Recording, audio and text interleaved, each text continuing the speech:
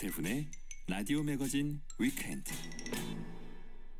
일상에서 발견하는 실용 인문학 이야기를 합니다. 생활 속의 인문학, 인문학 저자 이효건 작가 나오셨습니다. 어서 오십시오. 네, 안녕하세요. 어떤 이야기 해볼까요? 오늘은 강점과 약점이라는 주제로 이야기할까 합니다.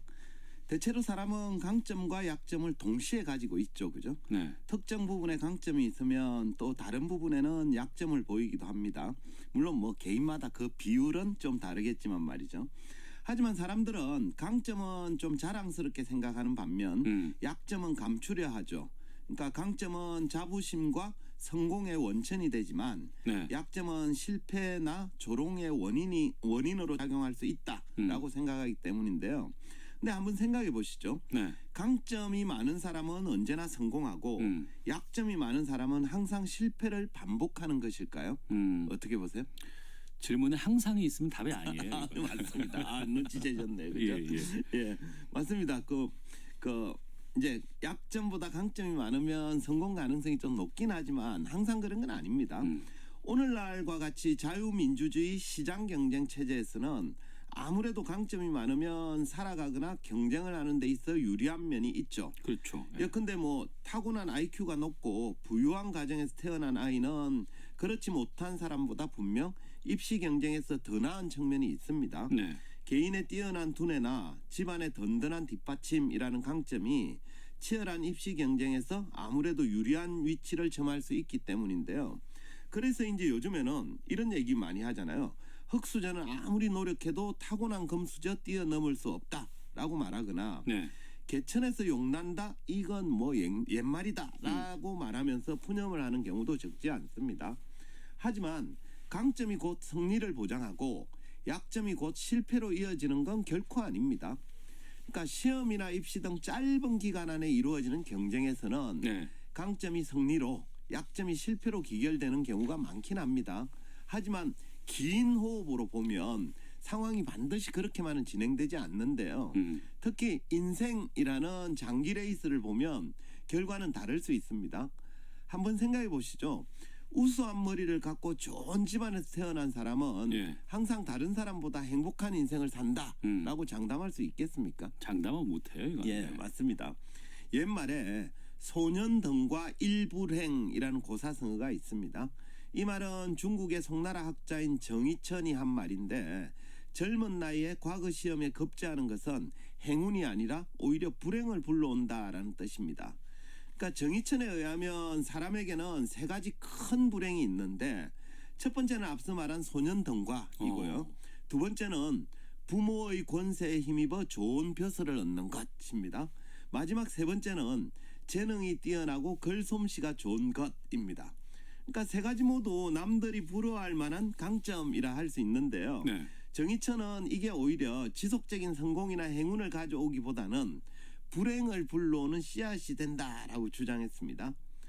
프랑스 철학자 발트 베냐민도 사유 이미지라는 책에서 비슷한 주장을 펼치는데요. 그는 강점이 곧 승리나 행운이 아니라면서 이렇게 주장합니다. 승리와 행운을 통해 우리는 우리의 강점을 인식한다고 우리에게는 그 어떤 것도 바로 우리의 강점만큼 우리의 깊은 약점을 드러내는 게 없다는 걸 대체 누가 알지 못할까? 그러니까 베냐민에 따르면 자기가 강점이라고 여기는 곳에서 네. 오히려 약점이 드러난다고 본 겁니다. 그러니까 자기가 강점이라고 생각했던 부분에 매몰되어서 자만에 빠지면 외려 그게 치명적인 약점으로 작용할 수도 있기 때문입니다. 그 방송 보면은 어릴 때 천재다 이렇게 해서 막 나오는 경우가 많이 있는데 한참 지나고 나서 근황 보면은 요즘 그렇지 못한 경우가 많이 그렇죠. 보잖아요. 맞습니다. 네. 사실 강점과 약점은 뭐 칼로 무 자르듯이 딱 정할 수 있는 것도 아니고 고정되어 있는 것도 아닙니다. 평소 강점이라고 생각했던 게 약점이 되기도 하고요. 약점이 강점으로 변하는 경우도 있거든요. 네. 독일 철학자 에릭 프롬이 자유로부터의 도피라는 책에서 이렇게 주장했습니다. 인간의 생물학적 약점이야말로 바로 인간 문화의 조건이다. 그러니까 프롬에 따르면 개체로는 약점이 많은 상태로 태어난 인간은 함께 모여서 무리를 이루고 그 태생적 약점을 극복하기 위한 방법을 모색했습니다. 그는 이렇게 인간이 개체의 약점을 집단의 힘으로 성화시킨 활동을 문화라고 불렀습니다. 결국 인간의 발전된 문화나 문명은 인간이 가지고 태어난 생물학적 약점을 극복하는 과정에서 얻게 된 부산물인 셈이죠. 네. 이처럼 약점이 반드시 나쁜 결과만을 가져오는 건 아닙니다. 그 약점을 잘 극복하고 성화시키면 탁월한 장점으로 변모하는 경우도 적지 않습니다. 근데 그래도 강점 가지려고 노력하는 경우가 많지 않나요? 맞습니다. 예. 그러니까 약점을 없애고 강점을 가지려는 태도는 약육강식이 지배하는 세상에서 살아남기 위한 어쩔 수 없는 본능에 가깝습니다. 네. 그래서 결코 잘못된 생각은 아니죠. 하지만 문제는 자기 강점에만 매몰되어 도취되거나 자만에 빠질 때입니다.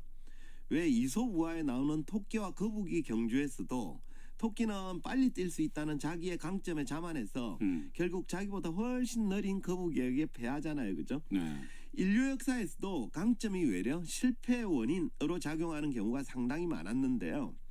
영국의 역사학자인 아놀드 토인비는 과거에 성공을 경험한 사람이 자기의 능력과 방법을 우상함으로써 오류에 빠지는 현상이 많았다고 봤는데요. 그걸 휴버리스라고 불렀습니다. 휴버리스? 네. 휴버리스란 탁월한 능력을 지닌 인간이 자기의 우월함을 믿고 신의 영역까지 침범하려는 오만함을 뜻하는 그리스 용어인데요. 그러니까 자기의 강점을 맹신하다가 그것 때문에 오히려 실패에 빠진다라는 교훈을 주는 역사학적 용어라고 보시면 됩니다. 네. 그러니까 강점이 성공이나 행운이 아니라 실패를 불러오는 사례가 그만큼 많더라라는 뜻으로 해석할 수도 있겠습니다. 네. 강점이나 장점이 있으면 좋은데 네. 이것 때문에 난 뭐 이거 있으니까 네. 그래서 빠져 산다거나 도취돼서는 안 된다는 거잖아요. 예, 맞습니다. 또 강점 속에서만 살아가는 삶이 그다지 행복하거나 바람직한 건 아닙니다. 발트 베냐민은 강점 속에 틀어박혀 사는 삶을 탱크 속에서의 삶이라면서 이렇게 주장합니다. 사람들은 그들의 강점 속에 틀어박혀 산다. 특별하고 끔찍한 종류의 거주. 그것이 모든 강점의 대가다. 그것은 탱크 속에서의 삶이다. 군대에서 탱크 타본 사람 아시겠지만 혹시 타보셨습니까? 지나가다 보면 신기해서 봤어요. 저는 한번 타봤는데 네. 탱크는 전투 상황에서는 엄청난 위력을 발휘하는 대단한 기계죠.